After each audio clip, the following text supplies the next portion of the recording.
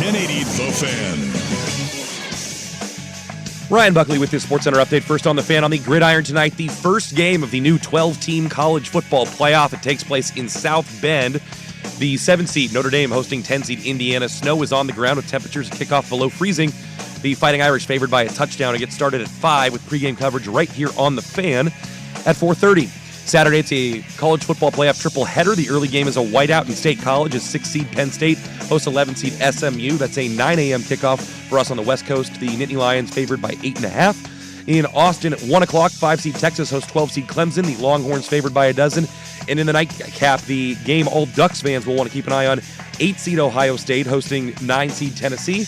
At the Shoe in Columbus, the winner advancing to face Oregon in the Rose Bowl on New Year's Day. Kickoff for that one at 5 o'clock. The Buckeyes are favored by a touchdown. Elsewhere in football, former Virginia Tech and NFL star Michael Vick has been named the head coach at Norfolk State. And in the NFL, Seahawks quarterback Geno Smith says he expects to play Sunday against the Vikings. More sports scores and stories in 30 minutes. I'm Ryan Buckley at the 1080 The Fan Sports Desk. Listen live or on demand on the Odyssey app, the Fan's desktop player, or tell your smart speaker to play 1080 The Fan. Got a smart speaker? It's The Fan in your office and every room of your home. Tell your smart speaker to play 1080 The Fan. We got them right where we want it. Primetime on Football Friday. No one comes into our house and pushes us around. 1080 The Fan. How you play today, from this moment on, is how you will be remembered. This is a Football Friday edition of Primetime with Isaac and Suk. Brought to you by the Odyssey app. Download the Odyssey app, follow 1080 The Fan, and enable push notifications to get the latest on the Ducks, Beavers, Blazers, and more. Football Friday with Isaac and Suk on 1080 The Fan. Hey, happy Friday afternoon, you beautiful radio listeners. I hope everybody's having a wonderful start to their weekend because, man, we are close. There's no Isaac, there's no Suk. It is a short show today, but you've got me, Luke Anderson. You've got that man right there, Ryan Buckley. Hello. What is happening, young man? I'm excited, man. Dude, this is, I was having the conversation with a guy named Jason Swigard earlier this week. I know of him. Yeah, may have even been broadcast, this conversation. This will be the greatest weekend of college football ever. Only to be surpassed by the following weekend, which actually isn't a weekend, in fairness, because that will be midweek. But hey. That you could argue that that'll be the best New Year's Day of college football ever. Yes, you know? All the things about this are great. I am a little ashamed of Danny and Dusty. I guess more so Dusty because I'm sitting in the chair that he was just in. Instead of having College Game Day and just having just seeing the environment, I switch it over to College Game Day. There's the big Washington State flag flying in the wind. Sure. Everybody's wearing their winter gear. Kurt Cignetti's sitting on the set. Just the hype for this game. And it looks brisk and it looks cold. It's a night game in South Bend, Indiana to kick it off. People have been tailgating. People have been tailgating since 7.5 or 8 hours before the game in sub 30 temperatures. All the things. 3 of the 4 games are going to be in very cold. I don't know about sub-zero, but they're going to be... But not sub-zero, but 3 of them will be sub-freezing. They'll be under 32. Yeah. So it will be it'll be nice to see college football games this time of year that matter. Well, because we've had them in January, or the New Year's Day games have mattered, but right now it's pre-Christmas. So I was listening to a podcast with former Oregon Duck Jeff Schwartz on it, and he was saying that what's so interesting about these games is that we've never played football games this time of season for college with weather that matters. It happens in the NFL all the time. 100% correct. You may get it in a Big Ten or maybe even an ACC type situation, but both teams are used to it because they play in it late in the year. But this is the first time ever you'll have conditions factoring in the way the Dolphins are affected when they go up to New England or whatever. Well, it's going to matter. Yeah, the open, or what's the word? My brain has left me momentarily, but the neutral site games are always in nice weather stadiums. They always tried either domed or nice weather. Tried a Super Bowl in New Jersey. Mm-hmm. Actually, had pretty nice weather for it. Worked out pretty well for the Seahawks, but. They moved away from that very quickly. But yes, it's either domed or in nice weather. And this, to me, like just the idea, Ohio State Feels more football-y, doesn't it? And Notre Dame are all hosting games in December for a chance to advance to play for a title. And then the other one's in Austin, Texas. Yep. I mean, come on. It's drawn up just so great. Now, here's my question for you. I asked Swag this, and you two are different people, so you may have a different opinion. Okay. Do you need these games to be good or great to validate the 12-team playoff? Because I don't. I don't. Already, No, for I me, don't. like just the excitement around this. Oregon's waiting in the wings. I think from a local perspective, these games aren't the ones that matter. Yeah, who you're going to play matters.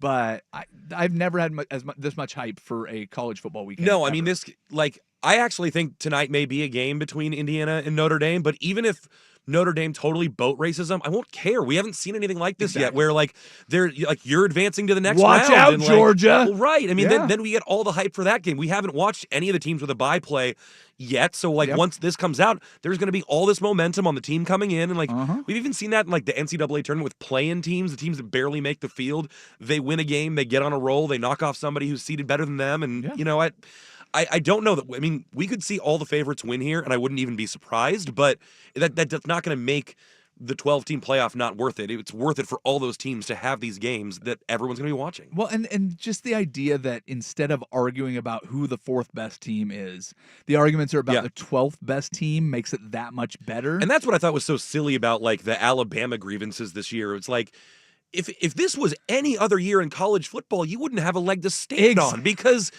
you would be so far out of the top 4 that, your title shot doesn't matter. But now you have a beef because you're a 3-loss team that is, finished 13th. I want to get in that tournament. But to have SMU, Boise State, Arizona State, Clemson with a win eking in is even fine. And you know what? I think Boise State and Arizona State, who people are kind of dogging, I think they can both win their first game. Well, I don't disagree with that. But the idea that in a field this big that they shouldn't have a shot at it is a little odd. Now the seeding, I get it. You can make your arguments about it, but this is the closest college football has ever been to getting it right.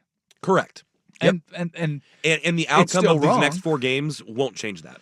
Yeah, I think the biggest problem this week has been the fact that the transfer portal still exists. The calendar sucks. Yeah, well, and the Bo Prabula, That's right. Yeah, thing is just that's idiotic. And I don't care if he's got a better offer and he can make more money. He still had a choice. If he really wanted to play for Penn State, he had a choice. I don't want to hear any of that. That's what people said. There are other guys for other teams that are in the portal and they're still playing their game with their current team. Oh, are they really? Yeah. I mean that's happened in bowl games already that weren't even college football playoff games. I think there's a couple kids from Arizona State who are doing that. Okay. Then that makes me wonder, why couldn't Prabula do the same thing? Say, I gotta leave to go pursue my own thing, but I mean, I'll hang with you guys until this thing's over. Yeah, exactly. I mean, people and I think this is the best argument for it. I was hearing Herb Street talk about it. He's like, if you're playing for the Chicago Bears and your team doesn't make the playoff, you don't get to decide in week 14, I'm out of here. You and the coach Whoa. Easy 49er fan. Easy does it. Yeah, Devondre Campbell has other ideas, I suppose. But point being, nobody else just starts picking their destination at the end of the current season. We have to be waiting till January for this stuff to happen. I guess I just find the most humorous part about it is, it's tied to the school year, so they have to do it. That's by far the most. I mean, it's dumb. Just how long before we just separate college football from college? They still have the teams and you still have the things, but this pretending that the academics matter in the world of NIL. Right, because the only thing holding it up is then they won't be able to enroll in January. Who cares? Just let them start going to class when they get there. They missed a couple weeks. You missed the syllabus. Oh, well. Yeah. You'll be fine. One of the fun conversations we had earlier this week talking to a guy from Tennessee, covers the Vols for volquest.com.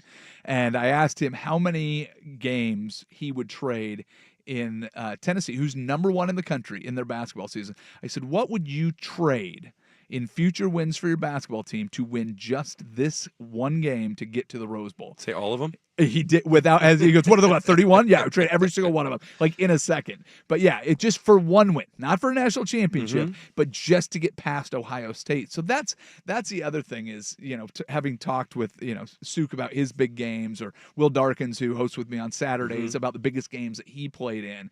These games for the players, for the fans, for SMU, who got the death penalty in the 80s and they wiped their program off the map, for them to have a chance to play against the biggest names and just prove themselves. If they don't go out there swinging everything that they got at Penn State, I would be shocked. If they're not up to the task, fine. But at least they got to do it, and at least somebody pointed out. At least it's not in the national title game. For 100%, yeah. I mean, that's. And we had this solves the problem of like the Florida State issue from last year, or right? the Cincinnati from two years ago. Of course. So like why, you can still we let those teams in, and we can prove that they did or didn't belong very easily. Yes. And that's what we're going to do here with SMU. Yeah. They had a great season. They have earned it to this point, Yep. but they're not going to get very far in this playoff if they're not up to it. Yep, exactly. Well, and the endurance part of this too, right? Sure. This will be the hardest fought national champion ever. Yep. And they will have played the most rigorous schedule, and they will have faced the most tests. But how many times does Tennessee play in a Rose Bowl? Never, probably. I think they did once back in the 40s, I think I was told. Yeah. How often does Clemson get a chance to take on Texas? I mean, I don't know that I've seen that game very often for Boise State to take on either one of these schools. But everybody is in, and we're going at it. And to start it off with an in-state rival in the snow, night game, I don't know if there's a much better way to start it. No, I absolutely love it. I don't care if it's 100-0. I'm geeked out. Is it perfect? No. Maybe not. Is it close? Closer? That's right. Yeah. Better than it was before, no doubt about that. That's all we got. So sitting as an Oregon fan, do you have the same gripes, or have you gotten over those? The seating is wrong, and we shouldn't have to play? I never was in a spot where I'm like, this sucks or this. I mean, I do think you could make an argument that another team's path is better, but we won't know that until any of these teams play the games. Totally. So maybe it seems like Penn State has an easier road because they play SMU and then they play Boise State. Yep. But I don't know. Maybe they got knocked off by one of them. It's impossible. The fact that we don't have that crystal ball, it seems like makes bitching about it just silly. Yeah, there's no. It's like a rocking chair. It gives you something to do, but it doesn't get you anywhere. It's just look at you. That was folksy. I don't understand why people have wasted time and energy on this. And Dan Lanning has said as much. I mean, for as much as like the Kirby Smarts of the world complain about their schedule and the SEC and blah blah blah, like calling out their commissioner as soon as they win the championship, Lanning's like, we don't really care who we play. You can roll the ball out in the parking lot against anybody. Like, we'll go out there and do it. And you know what? If we do have the harder road, then kudos to us when we pull it off. It's we're not going to be able to get this perfect. The tough thing about it is teams that have disappointed in the regular season but had high expectations early in the season, they end up falling to that kind of middle range that people who have had the perfect season don't want to end up rematched up with. So it's going to be a little bit flawed. I think the most fun way to deal with this would be to have the 4 bye teams choose their opponent so Oregon gets the first pick, then I thought that would be. They're never going to do it, but how great of drama would that be? Dan Lanning has to go on ESPN and say, "All right, out of the first round, we select these guys," and then that coach is like, "They want us. They want you get all hyped about that." I don't hate that, and then you get all the billboard material. Of course, let's go. And then the team who had the best resume, who got the bye, doesn't have a leg to stand on when they say we got hosed by the by the bracket. You picked this. Oh, and then if once every 15 years that team lost. You create rivalries for life against schools you didn't have them with, and Well, the nice thing about college football is, yes, they're always wrong, but they're at least willing to change. And the other benefit of them being willing to change is it really pisses a lot of people off, because anytime they make a change, they made the wrong change. So you're never going to get it right in everyone's eyes, because it was already perfect the way it was. Sure. Or it was so terrible the way it was that all you're doing is just putting a Band-Aid on a amputation. It's not helping anything. So you're never going to get it just right. But I cannot remember being this excited about a weekend of football. And Same. here's the real benefit. And the of it. next month of football. Well, this has always been my favorite time of year because you get the end of the regular NFL season. You get Mm-hmm. all these matchups. Last night, a perfect example of it. But here's the thing, too. Tomorrow, you have 3 college football games. Latticed over them as it goes, you get your 9 o'clock kick, SMU and Penn State. Mm-hmm. 10 o'clock, you're getting Texans and I don't know how Chiefs. I feel about this. Well, but if the game's not good, that's true. you have alternate viewing that does not go with it. And That's then true. if the middle game is not good, you have the Baltimore Ravens and the Pittsburgh Steelers playing about that. It's not great, but you know why those games are there. Right. Yeah, no, Because those 4 teams are also playing Christmas Day. I mean, come on. This next week, it's going to be wild and it's going to be awesome. it is going to be fantastic. Speaking of last night's Thursday night football game, if you missed it, you missed an opportunity to witness something that happens once every 50 years in the NFL. So we will tell you what that is and talk about where it leaves the teams and much more when we talk about the Los Angeles Chargers and the Denver Broncos. We do that next. It is Primetime with Luke and Buck on 1080 The Fan. It's time for the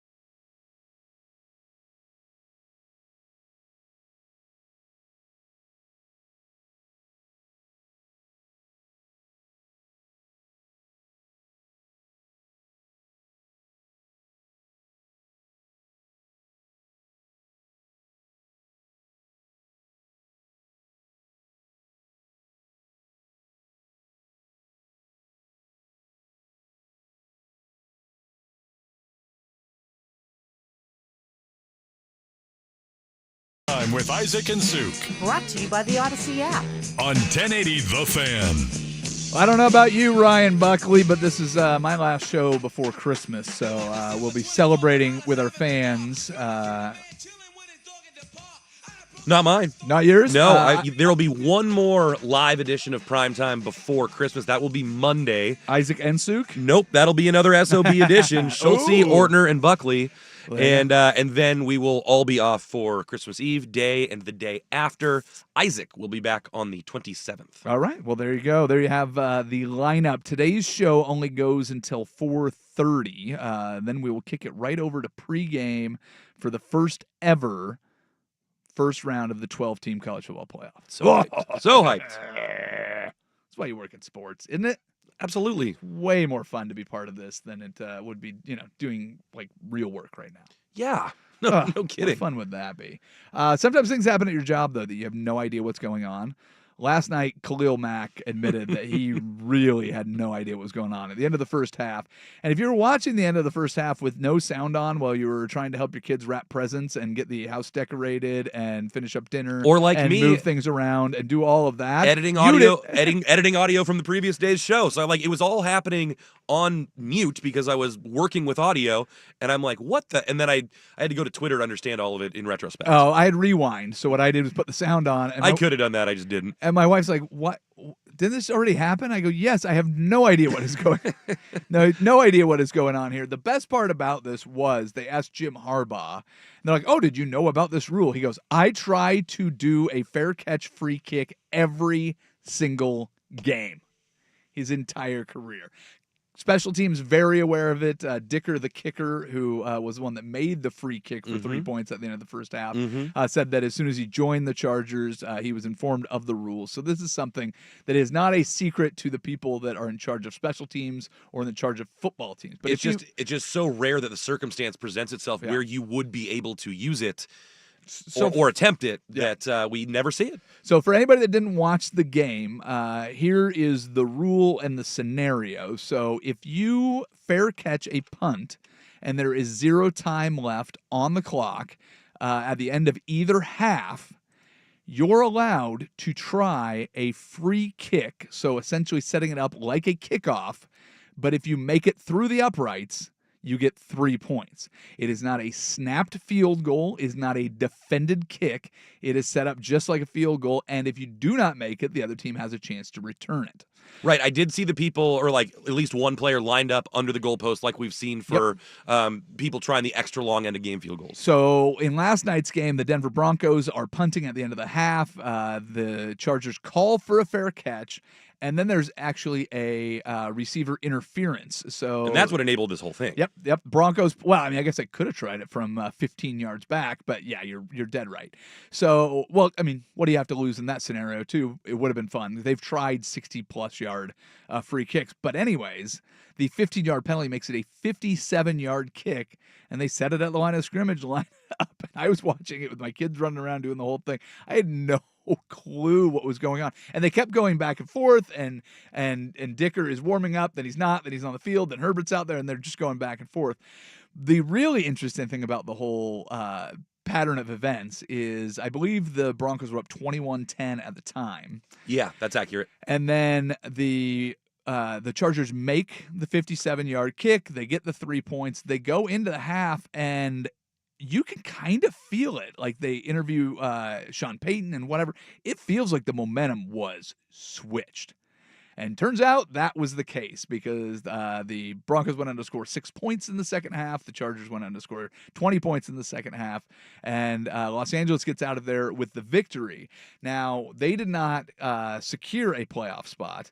Denver would have with a win. So now you've got two teams, both in the same same division, without a chance to win the division, just playing for wild card games. That makes things a little bit wilder. The other thing that it does, which for my rooting interest, makes it maybe a little bit easier for the Bengals to get in. That is the team that doesn't deserve to be there that I want to get in. It's funny you bring them up because, as I think I've mentioned to you before, no one else in Radioland cares about this, but I play in this super fantasy league where we play like combined 10 sports over a year and a half, and you have to pick a team in every major league. Yep. And so I basically got a futures ticket on the Bengals from early in the year, and I'm like, I loved all their potential, and it has been excruciating watching them blow games that they should have won. What have they lost? 5 last possession games or single possession games? The stat that was most impressive to me was that at one point the Bengals were 2-4 this season when scoring 33 or more points. Yep. And the rest of the league was 52-1 in such situations. I mean, the numbers that Joe Burrow and Jamar Chase are putting up in defeat is gross. Speaking of Burrow, did you see what he did for his linemen? I did for not. Christmas? No. He got them all authentic Japanese katana swords. What? I'll pull up the tweet about it in the break. Left tackle Orlando Brown was talking about it. They all have like a story and an origin behind them, and he let each of his warriors choose their sword. It was like they said Joe Burrow gives the most thoughtful, awesome gifts at Christmas every year, and this year it was katana swords. If you lose your left tackle because he poked himself with his He's playing sword, Fruit Ninja outside. Oh my God, that would be the story of stories. The last thing I am giving big testosterone-filled men is blades. Like, come on. Yeah. I don't think that's the best idea. I think he's given him golf carts before. So I have not watched the in-season Hard Knocks, but I started the first episode. Did he buy himself a Batmobile? Yeah, so they being like the movie producers or whoever made the one for the movie, they essentially did a limited release. They made like 30 of these Batmobiles or something like that. But they were going to cost like, I want to say like $3 million each or something like that. And Burrow just decided he had to have one of them. They are drivable. However, they are not street legal. Okay. So you can have it and it does work, but you can't take it out. Okay. Why? Why? I don't know. See, now I don't have a problem with people getting paid what they're worth. This is the first time I have a real good argument that Joe Burrow's getting paid too much money. He's got to have something better to do with than buying Japanese blades with great stories for his guys to. How many times a year does a major league pitcher miss a game because of an injury with a toaster or shaving or something like that? Cutting up a bagel or something. Yeah. Oh yeah. Butter knife went through like a cold stick of butter or whatever. There are 100 of those a year. Somebody had the drone. Like they were trying to fix a drone. Trevor Bauer, the dude who's been basically exorcised from baseball. Exercise? Or exiled, I should say. Yeah. But maybe exercise. I was gonna say, did they do a send in the Exorcist? And there's a seance and everything. Yeah, it was a whole wild thing. But yeah, I don't know that I absolutely love that. Do you have any rooting interest in who makes the wild card in the AFC other than the Bengals? I mean, it's cool just as a Duck alum to see both Knicks and Herbert in the mix, especially considering that they're also in the same division that has Patrick Mahomes, and they could both get playoff spots despite being like up against that. I think that's cool, and I think for a lot of Duck fans, seeing one of those guys make a run would be special. Okay, but I mean, rooting interest. I'm an NFC guy, so not really. Okay, for the matchup between Herbert and Knicks, a lot of Ducks fans go, "It's hard to know who to root for." Is it? Isn't Herbert the truer of the Ducks? The more pure, sure. I mean, the homegrown Eugene freshman. legend. Yeah. I mean, come on. Bo Nix. But that's like Auburn transfer Bo Nix. Yeah, but I mean, at the end of the day, it's like I just hope both guys play well. And, like I wasn't really rooting for one over the other. Cheesy. It was an awesome game. Herbert balled out. Yes, he was absolutely really did. Good. On a bad ankle when it mattered most. Well, and that's really the thing that I always root for in the NFL in games that I don't have interest, is I want the final possession to decide the game. Yeah. Is really what I want. And usually I will root for whoever's on offense, but I'll kind of decide as the game goes on. But I think the Chargers, despite Jim Harbaugh, because I'm not a Jim Harbaugh fan. He's such an odd duck. He's just very well, and he's almost like locked, cocked, ready to rock. If you were to put John Harbaugh through like the evil twin filter, doesn't it feel like Jim? Yeah, very much so. So I just can't get back. Drink their haterade and eat their hater tots. But the Chargers, I find likable as captain by Justin Herbert compared to all the years with Phillip Rivers. Harbaugh's a weirdo, but like even When did you watch his post game speech in the I did locker not, room? no. It's incredibly authentic. It's Yeah. cheesy and it's dumb. They sing for "He's a Jolly Good Fellow" as a team after they win. It's like cringy old school, but like Yeah. somehow it's like his enthusiasm is real, and I think he gets buy-in for that. Well, he has one of the best winning percentages in NFL history. He's coming off a national championship. He's taken a team to a Super Bowl. So, I mean, listen, the results, it's very hard to argue with that Jim Harbaugh doesn't, get the best out of his team. I just found the Chargers for most of my life have been big pile meh. Like the Phillip Rivers years, you want to root for LaDainian Tomlinson, Antonio Gates, and you're like, okay, this is all great, but then it's like, but the quarterback's Phillip Rivers. With Justin Herbert, it does make them likable. The Broncos, I still find insufferable, even with Bo Nix. And I don't know, that maybe it's something about wearing the orange and dark blue that makes me think of him as an Auburn quarterback more than a Ducks quarterback. Well, the other thing too is that, I mean, you could make the argument that both guys have had not the most dynamic personalities, but that Herbert has started to come out of his shell, and you've seen a little bit more who he is, like personally, individually, and he's grown and matured in the NFL in that way. And Nix hasn't done that yet, and maybe he will. But I think that right now Herbert's also just the more likable guy. Yeah, I would agree. And with that. not because Bo isn't, but just because there's less that we know there. And for Jim Harbaugh to be unlikable, I don't think is a big stretch for a lot of people, even if you like him because he's weird. But on the other side, he's more likable. Jim Harbaugh is more likable than Sean Payton. If anybody in the NFL, that guy. Yeah. It looks like when he was out of the league, did he just suck on like sour grapes? Does his face look like it is just permanently scowled? Yeah, it does. Oh boy, yeah. Sean Payton, he does not look like fun to be around. I don't think that he is. Yeah, that's kind of the guess that I have. I saw. Did you see the yelling dust up that he and Nix got in earlier in the year, where he was basically. I did not. He like screamed at Nix like, "I told you to do this," and Nix had either checked out of something. And to Nix's credit, didn't back down. He screamed back that he was trying. And they asked Nix about it after the game, and Nix was really quick about it. He goes, "Oh, he just said to me, 'I love you,' and I said, 'I love you too,' and then we just moved on to the next play." That's the thing about starting 75 college football games is he knows how to handle any situation that he's in. Hey, let's do a quick bounce around the NBA. I want to talk about your Golden State Warriors. Big Cats return to Minnesota, and some other news and notes from around the association. We will do that, but first we need to get to a Sports Center update.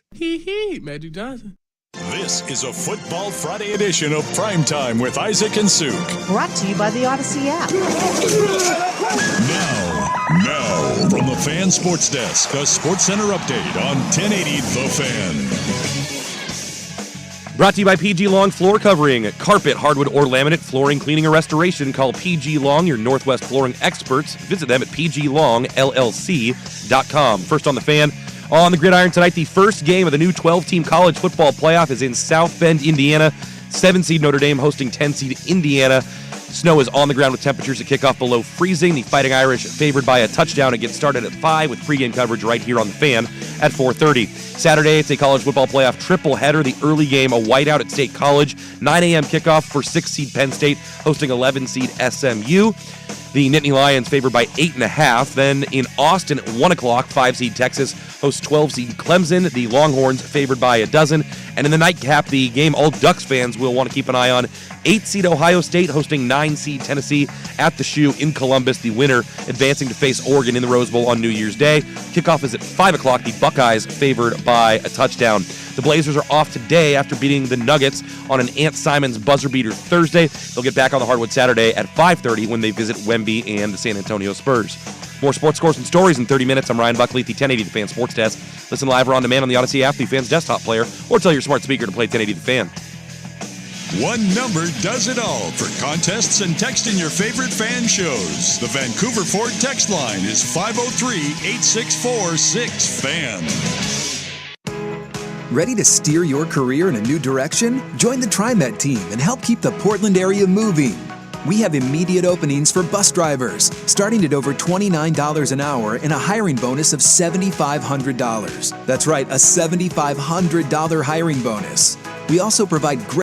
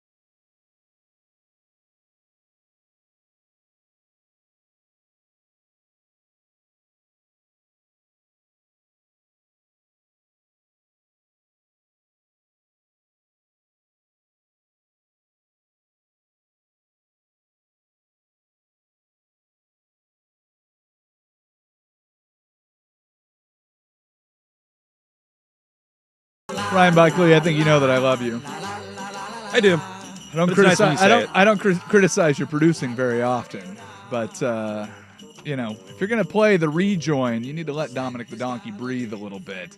I mean, you bring it up. What I was trying to do was actually get the liner out of the way so that we can really appreciate it. But yeah. Well, this will be my last show. No Sinner and Saint tomorrow. This is a holiday tradition that we always play Dominic the Donkey on the Sinner and the Saint, or the final show that I do before Christmas. So one or the other. And this is it. This is your first time hearing Dominic the Donkey? that's true. You're welcome. It's really lovely. It reminds me of there's a children's book that we read with my boys called The Wonky Donkey. Okay. And they have a song that's associated with that as well. And this is like a more Italian kind of spicy version of that. Well, he's the Italian Christmas donkey. There you go. Yeah. I mean, the hills of Italy are too tall for the reindeer, so it's a good one. If you don't have this in your holiday rotation, shame on you. My favorite part is here at Odyssey Portland. Charlie plays Christmas music, and I had to petition them to put Dominic the Christmas Donkey into rotation. And did they? And it is now in rotation on Charlie Christmas. Well, I'll be debuting another one that we haven't heard yet, has not been in the system. That was a new one that I picked up this year. I don't know that it would make the Charlie rotation, but we'll see. One of my favorite is the Pogues, Fairy Tale of New York. Don't know that one. Oh, you do not grab that without making sure that it is edited properly, because there is at least one of the F words that we're not allowed to use in it. But it is a great song. So if you want to find it, we should have a clean version in there, because we played that one before as well. So if you have favorite Christmas songs, there is the Vancouver Ford text line, and you're welcome to text them in. But unfortunately, we only have about 2 more spots to play songs. Well, then put them in right now. I'm doing it. I'm saying if they want to text, they need to get it going right now. 503-2GO-FAN. That's TOGOFAN, or 503-864-6326. Right now we need to talk about some basketball, and I'll tell you, my NBA viewing is limited this time of year.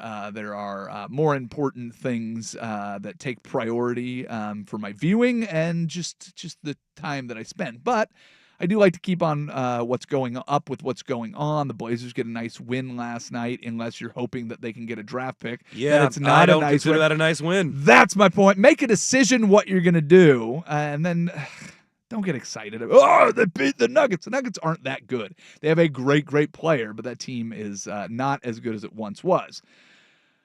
But I was so happy to be doing a show with you when I read the headline that the Grizzlies hold Curry to 0 field goals in 51-point rout. Yeah. Come on. Yeah. How good did that feel? Well, not very. Not for me. I mean, I don't think much of this Warriors team this season. As most Warriors fans are frustrated they haven't gotten Steph some younger help, because he's still got a year or a good year or two left before he probably falls off. And seeing this is rough. So they used to be the guys. I watched them beat Memphis by 50 back, 4 or 5 years ago. Yeah, well, okay, so looking at the quotes from the team, Curry says we have to accept that we don't have the answer for how a team's guarding us, and obviously we didn't have the answer. So he's pretty calm about it. It seemed like Steve Kerr was pretty fine. I know who we are. I know what our team is about. I know we've got competitors. I know we're going to bounce back, so I'm confident about that. That's Steve Kerr's reaction to this. Do you remember who beat up on the Blazers when Chauncey Billups decided to go postal and call everybody losers if they can sleep well tonight? You're a loser. That very rant right there. Yep. That would be Steve Kerr and the Warriors, right? No, it was the Memphis Grizzlies. Oh, it was the Grizzlies who did it? The same team that did it. They lost by, and I think they lost by 30. Here's the thing, Chauncey. Your team is supposed to be losing like You're this. a loser. And what does that Blazers team do after they lose it, or they get whooped up on by the Memphis Grizzlies? They bounce back and they beat up on the Timberwolves 2 games in a row. Now, that seems like very nice wins, and you're beating a very good team. But what's the other headline I saw last night? That Ant Simons won a game they weren't supposed to win? Nope. Memphis, the Minnesota Timberwolves, the team that they beat up on, welcomed back Cat. Karl Anthony Towns comes in and has a historic night. He goes 30-plus points, 20-plus rebounds, 100% from three, made 5 of them. He is the first player in NBA history to have that 30-plus points, 20-plus, and perfect from three-point line with 5 or more attempts, which is one of those stats that's like, okay, cool, so you found something that nobody else had done and added those all up. Very good. But it seems like, I don't know how you felt about it at the time. My thought was, that's a pretty good trade for Minnesota. Get Julius Randle. You can move Naz Reid into the starting lineup. He was very efficient from three. He's a better defender than Cat. He seemed more consistent. You get DiVincenzo, so you can add like another good scoring option. But I thought that the trade was really fair. Sure. I think it gave the Timberwolves way more flexibility because it's like Yeah. you have more pieces to do the things you're trying to do. Like I didn't think that New York necessarily got hosed. I thought that I thought Cat was a good fit for them. I thought it made sense for both sides, except for Dante DiVincenzo, who was pretty pissed off about it. Well, yeah, but the reason he was so mad about it, he loves New York. Well, they broke up his Villanova boys. It was all Villanova. That's right. And he was the one that gets shipped out. He's like, come on, I got to play with all my dudes. So he had words for just about everybody, including Jalen Brunson's dad, who's an assistant coach. And what's great about Dante DiVincenzo? That he is fiery. Yeah. That dude. Yep. Spicy Italian. Yeah. there you go. But right now, if I have it correct, the Minnesota Timberwolves 14-12, the New York Knicks are 17-10. It's not a dramatic difference in it, but it feels like the 3rd seed for the Knicks much better than the 8th seed for the Timberwolves out west, and even Anthony Edwards out there saying that they need to figure some things out. So it's a long season. The NBA's got a long way to go, but teams will correct themselves. This will get sorted out. The Warriors will probably be fine. The Blazers need to stop trying. You're not losers just because you lose. You're a loser.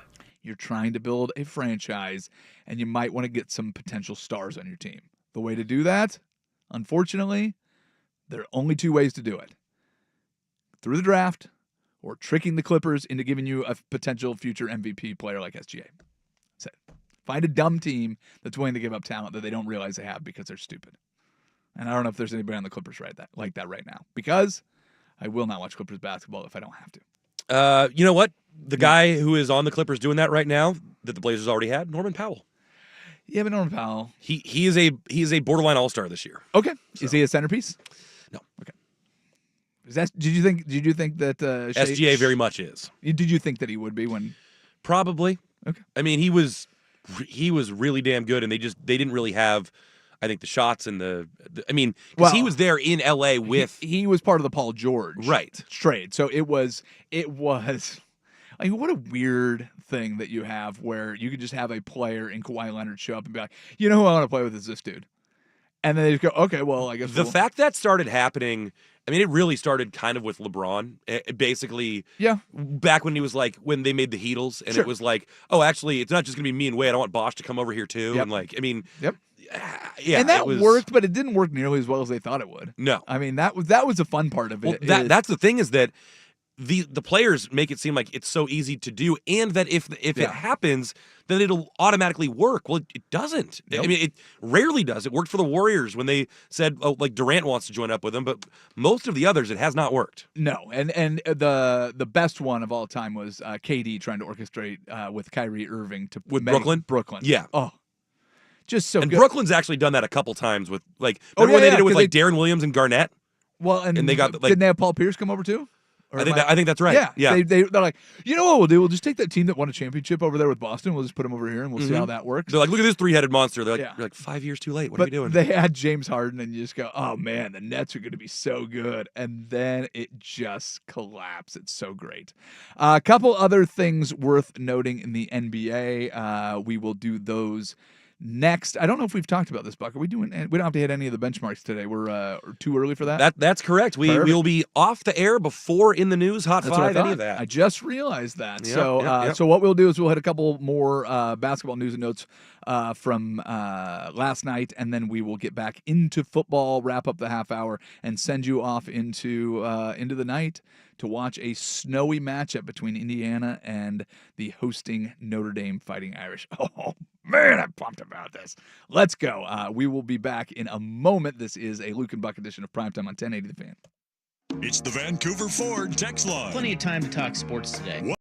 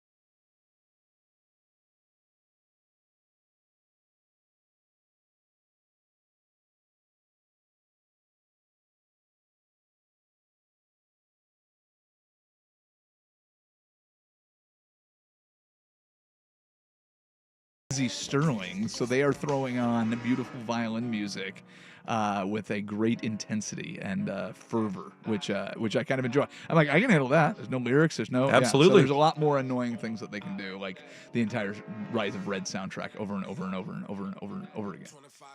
So, but I digress. So let's take a look at a couple other things that happened in the NBA last night. One, I probably should have led with this because it's so valuable and everybody loves this guy so much. But LeBron James, all-time leader in minutes in NBA history. He eclipsed the great Kareem Abdul-Jabbar. Of course, everybody knows that LeBron took over the all-time points record. But now he is also the minutes holder. That is, he's played 3,446,940 seconds. That's equivalent to 957.5 hours, 39.9 days, or 5.7 weeks of NBA basketball in his life. It's funny. Obviously a game is only 48 minutes, and you can only tally so many of these. That number kind of seems low. Yeah. I feel like LeBron probably has, in my head, had months worth of games under his belt. It's only 5.7 weeks. Okay. Yeah, it is 57,447. I mean, it's still a crap ton of basketball. Well, it is. Don't get me wrong. And that's minutes on the floor. That does not count. Sure. You know, the time he spends in timeouts and warm-ups and pregame and practice and post-conference. I mean, he's dedicated his entire life to basketball. LeBron James also the only player ever with 30,000 points, 10,000 rebounds, and 10,000 assists. He is currently 26 on the assist. Wait. Did this really just happen? No, that can't be right. All-time assist leader, there he is. All-time rebounds leader, he is number 25, and he is number 4 on the all-time assists leader. Right, I was going to say, better than 26th in the assists. No, I know. I had it on rebounds and not assists. But yeah, so he is right now 11,237 assists. The all-time leader, John Stockton, with 15,806. So he will not be getting that. He is 26th on the list. The highest of any active player in rebounding. He has 11,383. Is he going to jump a bunch more people before the end, or only a handful? He is the next closest is Patrick Ewing. He is 250 shy. Care to guess what Wilt Chamberlain's all-time record is? If LeBron has 11,000. Oh man, I mean, Wilt was having like 40 rebound games at some point. So like a lot of them. I'll say Wilt's got 22,000 boards. 23,000. Is that right? Very good. Yeah. Wow. Yeah. Okay. How about that? Nice work on you. Yeah, he has 23,000. Well, he almost has 24,000. 23,924. Bill Russell has 21,600. So there you go. Should officials threaten players with technical fouls? That's an interesting question because there are times that I think that officials are too quick with the technical whistle, and if you're saying keep that up or I'll give you a technical, like you're allowing a little bit of flavor into the game without letting it go too far. But also, it's like if you have to warn the guy, maybe just tee him up and let him know. I could be convinced either way on that. Yeah. So apparently, Jaylen Brown was threatened with a tech, and he does not respond kindly to that. Find that very appropriate. So he was talking to the official. Mazzulla was teed up, and he said, told the official that he called the tech for no reason. And then the referee goes, "We'll say that again, and I'll give you a tech." I kind of like that. Yeah, I think I'm with you. I think it seems like perfectly in line. Going. Hey, you know what? I don't want this game to get out. My job is to control the game. I've been given the power of the technical foul to shut you up. What would Jaylen Brown actually rather have, the warning or getting a tech? Yeah, I mean, because I can give you a technical foul for anything within these parameters. But the whole idea is that you're controlling the game. I think it's fair. I'm okay with it. Yeah. The other one that I really liked is we were watching the teddy bear toss a couple weeks ago at the Winterhawks game. Yep. And my wife looked over at me with a little bit of shock on her eyes when the two players from the opposing teams threw their gloves down, circled back to center ice, and did full-on square-up fisticuffs. Yeah. I find that to be delightful. It's a ton of fun. Just a beautiful juxtaposition. It is, but I've always said that I like NBA fights. If I could take any fights, I love the idea of these guys squaring up because it's just haymakers and it's all bravado and nobody really wants to punch each other. In hockey, I think they want to punch Absolutely. each other. In fact, they've agreed upon it. But they're also very padded up. Yeah, and yeah. Helmets come off sometimes. Glove comes off most of the time. And like they know what they're doing. They've Yeah. done this enough Yep, that like yep. it's almost like a dance. But one of my favorite players, I think ever since the moment, I don't know if you saw the interview where the reporter did not recognize Jordan Clarkson as Jordan Clarkson and asked him about the Jazz game coming up. No. Still one of my favorite clips. I did not see that. This is from like 2021, and it's recommended viewing. So if you'd like to go back, it's like a local reporter asking about the Jazz game to Jordan Clarkson, not realizing that he's a player on the team. But he squared up against the Pistons last night, and he was ready to scrap. And I just love it when it leads the team to victory. Just like he gets tossed, everybody gets fired up, and then they go on to defeat Detroit, which obviously they should. But two bad teams going out there. There's something about squaring up in the NBA that I absolutely love. And he goes chest bump. I think it was the center chest bump, and then somebody else steps in, and he just squares up like let's go, and they immediately just go get out.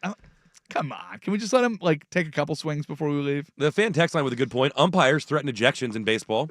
And in NFL, officials threaten to throw unsportsmanlike flags on coaches, on players. So there you go. Well, here's the thing. NBA players, especially Boston Celtics players, tend to be insufferable. I really want to like Jaylen Brown. Can't figure out how to do it. I could never quite throw my endorsement behind Marcus Smart when he was there. I certainly can't decide that Jason Tatum is worth watching. There's just something about that team. Joe Mazzulla is some other type of dude. Oh, he is a weirdo. Well, he was the one that was yelling at the referee when Jaylen Brown had to step in to defend his coach for some reason. So yeah, that whole and it's not historic. It's not all time. Loved Garnett. Paul Pierce was fine. Loved Ray Allen. There have been guys, Larry Bird, obviously. There's something about the way this team that they're constituted. I would have been perfectly happy if they never won anything, but they're defending champs. And you know what? Good on the Olympic team to be like, you don't get to play. We'll put you on the team, but you're not going to play. Sure. It's fantastic. Something about these guys that just drives me crazy. College football is, an hour away? We're exactly an hour away from the kickoff for the first ever. We'll dive back into the college football playoff, get you ready for the NFL weekend, and send you off with a wonderful gift for the holidays. More football! We do it next. It is Primetime with Luke and Buck on 1080 The Fan. Can Chicago take advantage of Detroit's mounting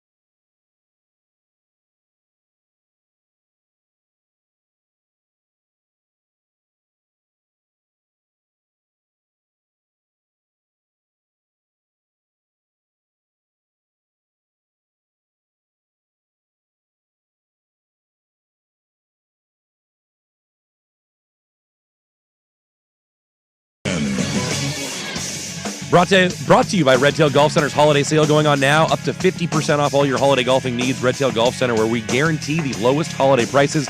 Visit us at golfredtail.com. First on the Fan, on the gridiron tonight, the first game of the new 12-team college football playoff. It's in South Bend, Indiana, as 7-seed Notre Dame hosts 10-seed Indiana. Snow is on the ground with temperatures at kickoff below freezing. Fighting Irish favored by a touchdown. It gets started at 5 with pregame coverage right here on the Fan, starting at 4:30. It's a college football playoff tripleheader on Saturday. The early game's a whiteout in State College as 6-seed Penn State hosts 11-seed SMU. The Nittany Lions favored by 8.5 when they kick it off at 9 a.m. In Austin at 1 o'clock, 5-seed Texas hosts 12-seed Clemson. The Longhorns favored by a dozen. And in the nightcap, the game all Ducks fans will want to keep an eye on, 8-seed Ohio State hosting 9-seed Tennessee in Columbus. The winner advancing to face Oregon in the Rose Bowl on New Year's Day. Kickoff is at 5 o'clock. The Buckeyes favored by a touchdown.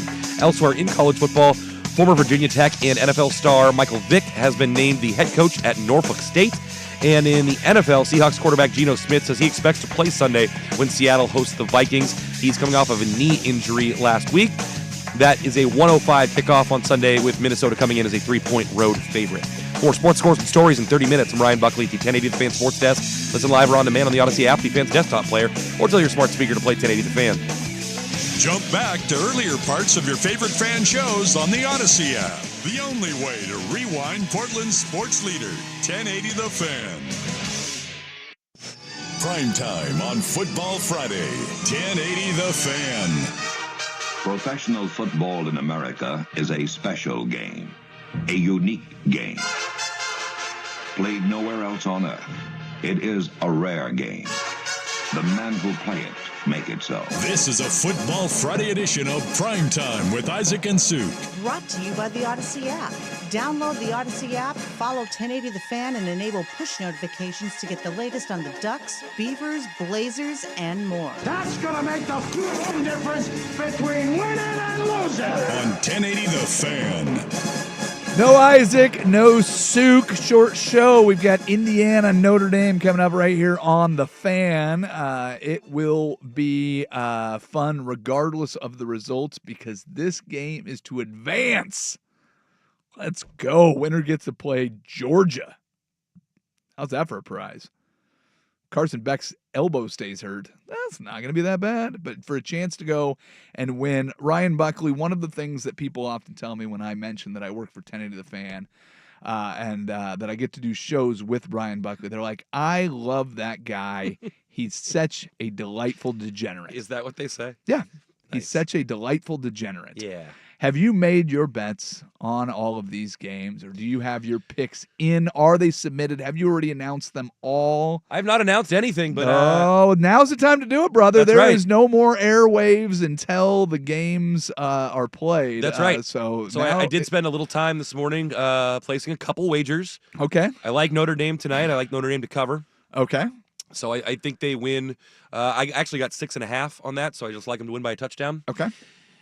Big picture. 6.5. Ooh. Yeah. All right. I know. It's gonna be low scoring. What's the over under on this one? 50.5. 50.5. You touch that at all? I think that. So might be. here's the thing, and I'm not touching that one. I was listening to a podcast.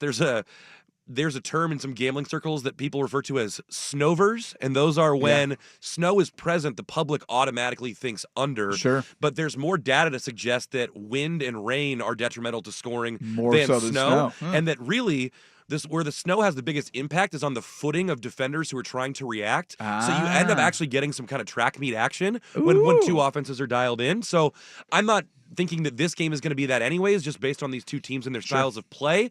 But not always the case that snow equals under. Go with the snover. The snover. Are you betting the snover? No, I'm not. Okay. I'm just betting the Irish. Like the idea of it. All right. The Irish at 6.5. A couple other things that I dabbled on. There was I thought this was a fun one. You can bet on which quarterback will have the most yards in the college football playoff. In the entire tournament. So a win obviously gives you that, and this is... and the teams with byes, potentially one less game if they make the championship to work with. Sure, so is this all yards from scrimmage? Yeah, correct. Okay. So I'll give you the odds. Who do you think the number one odds to have the most yards in college football playoff is?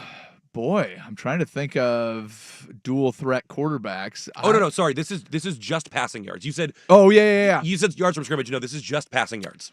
Oh, just passing yards. I mean, is it Will Howard? He is second. It's Quinn Ewers. Yeah.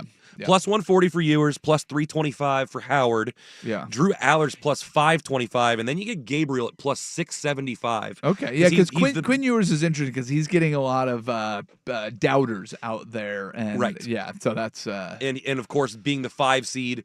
They're the best team with an extra game to play. Sure, and they play the 12 seed, and they have the easiest path with Arizona State afterwards. I do think the Ducks are going to make the championship, so I sprinkled Gabriel on there because I thought the value was What? good. Give me the numbers one more time. So it's Quinn Ewers plus 140. Okay, yeah, don't touch that. Will Howard plus 325. That's like a little better, but yeah. But, of course, he's got to get through Oregon, otherwise you don't get enough. Yep, absolutely. Drew Aller plus 525, I think, is interesting. See, yeah, that's the one that, because, I mean, you go SMU, Boise State, so if you're looking at where the path is likely, yeah, I can see that. But the trouble with that is if you have a team that you feel like is better, you're not going to be throwing the ball a lot. So where are the shootouts going to exist in the first round? Good question. Is interesting.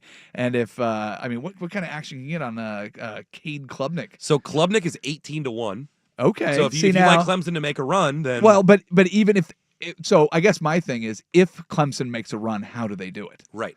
And that would be the big question on there is they're more likely to be playing in a shootout against Texas. Right. And I mean if they're going to win, I would expect it to be a little bit more of a shootout. I don't think that'll be a ground and pound game. It's going to have the nicest weather for the first one, even though the snowver's a real thing, apparently. So that one might be interesting to me. I can see a little bit of that going that way. And 18-1, what do you have to put out there? Not much to get a big return. No. Then, like, if you like, the other one that's I think interesting is the Notre Dame quarterback. I think I like their path. So just by virtue of potentially playing 4 games, but Riley Leonard's 25-1. Yeah. And I'm like, I mean, I don't necessarily think that he's the best quarterback or the best passer here, but just based on potential opportunity, it's another interesting number. Yeah, well, and Kevin Jennings, the reason I was asking about, because he's your dual threat. I think he's your biggest dual threat is the SMU quarterback, Kevin Jennings. But them making a run is going to be difficult too. So either way, that's a fun bet. So you've got I sprinkled Gabriel there at plus 675. I thought was a good one. I think so. Value-wise, at least. All right. Do you have any other action for round 1 on the games? Yeah, so I've got I basically teased some of the games because I wanted to get the lines a little bit better. So I got a teaser that includes Notre Dame and Penn State. So it's a 6-point teaser, brings Notre Dame down to they have to just win by 1, and Penn State has to win by less than a field goal. Okay. So what kind of action can you get if you just take all the favorites? That seems to be the consensus. If you take all the favorites to win, you can get 2-1 odds. So if you get all 4 games, all 4 favorites win outright without even having to cover the spread, you can get 2-1 odds. Yeah. Okay. And then covering the spreads, you're going to get a lot more return. But then what are the spreads on the games? So you get the one tonight. What got down to 6.5 is now back at 7. Okay. Then the first one tomorrow, Penn State's favored by 8.5 against SMU. Okay. Then you have the 1:00 game in Austin, Texas is favored by 12 against Clemson. That's a big number. That's a big number. Yeah, especially for it's like they don't need to try to run away with this game. I mean, right. Yeah, okay. and that's just it. The other people have said that part of the reason we may not have seen very much Arch Manning recently, despite some struggles from Quinn Ewers, is that Sark is kind of waiting till they really need him to give a bunch of other teams, that look. You don't want a bunch of tape. And so if they're trying to Tua Arch, maybe, but if they're playing with a lead in that game, there's a chance that they don't really open it up. It makes sense. And they've got a good stout defense. Great defense. Yeah. Well, they allow 10 points per game. Yeah, and I think they have the best passing defense in the country. They're like they're like 18 picks to 4 passing touchdowns allowed or something. It's crazy. Let's go. And then Tennessee, Ohio State. The Buckeyes favored by a touchdown. Yeah, that's a lot. That's a lot of points. Like if you were to parlay that whole thing, I kind of like the idea of teasing Clemson and Tennessee. So just adding points to their total, you can get like Tennessee plus 14 and Clemson plus 21-ish, somewhere around there. Make it easy. Look at you and your teases. All right, well, ladies and gentlemen, exotic. If you didn't write all that down, I'm sure that you can find the hotline to call Buck, and he'll give you all of his best. 1-800-GAMBLER. Nice work. All right. Well, we'll take one detour away from college football playoff because this is a very fun NFL weekend. There's a lot of chances to settle things up, but I want to get your perspective on the rest of the year because I don't think you and I will do a show before we get to the playoffs. So I want you to tell me who's in, who's out, and the way you think's going. So we'll let Buck give everybody some insight into the future of the NFL. We do it next Primetime. Luke and Buck on 1080 The Fan. Oregon Ducks football is on the Fan. Allen looks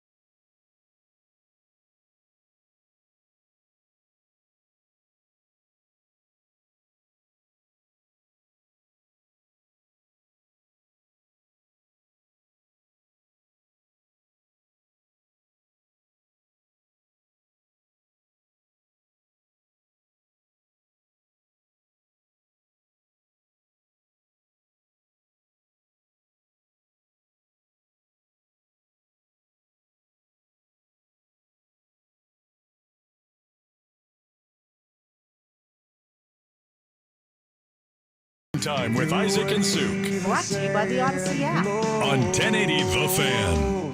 This song might ruin my entire Christmas. Is this a parody? This can't really be. I think it's Creed. AI. There's no way. Okay, AI doing Creed, Rudolph the Run. Boy, that's terrible. Kind of sounds like it. That is absolutely hysterical. So Ryan Buckley brought something to my attention in the break. I know that we said we'd talk the NFL here. We don't have a ton of time left, so going through the entire playoff picture, it's a very short show today. We want to get ready for Indiana and Notre Dame. And you know what? We've talked about it all week. I think we'll let the game speak for itself. But what Buck brought up, something that's very disappointing. Notre Dame, some of the great uniforms in college football. Indiana, even though they're not a traditional power, just with the all red and white, the single color. Notre Dame's going to have a whiteout tomorrow. SMU with the old Pony Express. These are all fairly iconic. Ohio State, I don't know why they mess with their uniforms, but they have decided to do a scarlet out tomorrow. And they're going to wear their red pants and red jerseys, and they're going to look dumb. I mean, Ohio State has one of the great uniforms with their silver pants, silver helmets, red shirts. But apparently Ryan Day is trying to get fired, so he's going to upset all the boosters by wearing the wrong uniforms. And then he blamed it on his players. Said he checked with some of the captains, which, I'm sorry, but if you're checking with someone, that means it was your idea. And you're just going, hey, is this okay? Can we do this? And the players thought it would bring a little bit more excitement to the game, which I can't figure out how that would be it. The excitement isn't the uniforms. It's the game. The reasons that Oregon's uniforms took off, which we can talk about Oregon's uniforms for this season maybe another time. But the reason Oregon's uniforms took off, because it happened at the same time where they got really good at football. When Chip Kelly got out there and they started winning games and they started running the blur offense, if they were just wearing tight uniforms and getting whooped up on, I don't think anybody would care about what they were wearing. The chrome helmets are worn by other schools like Kansas and other ones around the country, and you see them and you kind of go, meh. But Oregon's number one in the country, so what they're wearing, I think, gets the attention for the right reasons. But right now, you've got the players on the field at Notre Dame. There's 48 minutes and 29 seconds.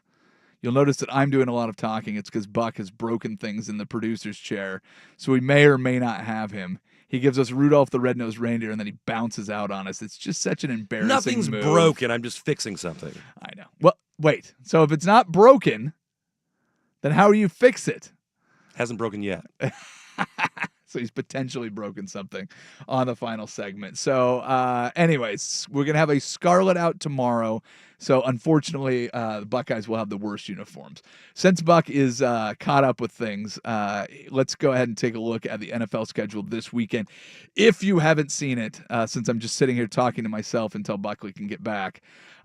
So with the playoff, see, now this is terrible radio, Ryan Buckley. I'm sorry. I'm trying to make sure we can get to the football game after this. Oh, you really? That's what you did? I'll give you a little bit of a peek behind the curtain yes, here. because I'd like to know what's going on. Well, I'm just watching. I'm like literally trying to do three things at the same time. Well, the whole YouTube is watching me on the phone as well. So. Oh, which is, well, there you go. Then you can let him do it. Well, basically, the spot at the end of our show was not going to feed directly into the game. I needed to move that so that was going to be the case. In doing so, I actually accidentally deleted that command, and I need to get it back now, and I don't have the authority to do that. So I am reaching out to one Jason Swigard for his assistance. And Joey's not here, so... Well, I'm going to call him next. But that's why I'm not talking with you. I'm talking with them. Well, that makes sense. So I'm hung out a little bit to dry, and you're listening along, but thank you, Buckley, for the update. So apparently we should have the game. We'll get it all figured out.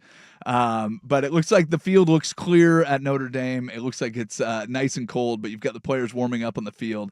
And Buckley was making the comment how good the Notre Dame classic navy jerseys, gold pants, gold helmets.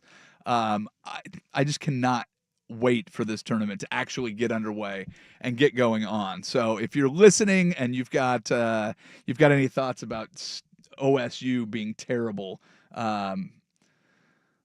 I'm just trying to read the text line over here, and it looks like, the red uniforms on the field are hideous, and they look tangerine, and they are hard on your eyes. And they're going to be playing against Tennessee, who always looks great. So it's going to be something very disappointing to watch. So what we're doing right now is just hoping that Buckley can get the game back on so we can broadcast it here on the Fan. So if you're stuck out on the road, you can do that, and we'll just kind of go from there. So this is I'm on the phone with Swag right now. Hey, Swag, what's happening, bud? Yeah, I don't think he can hear you because my microphone's on, but Luke says hi, Swag.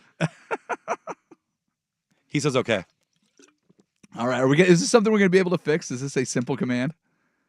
Just a matter of doing it. All right, well, now he's back with Swag. So he's doing more important things. One of the challenges of doing a two-man show when you have producer and host only is... We're back. Everything's fine. It's all good.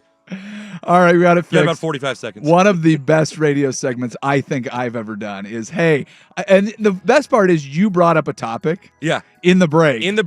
And then I wanted to talk to you about it, and then you disappeared for the whole thing. Yep. Well, I appreciate it. Thanks for that. It was a fun way to end things. Thank you. Absolutely. I do what I can. Just say words until I'm back.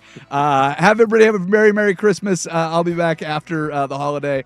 After the new year, it will be my next show. But for now, I'm done. Bye-bye.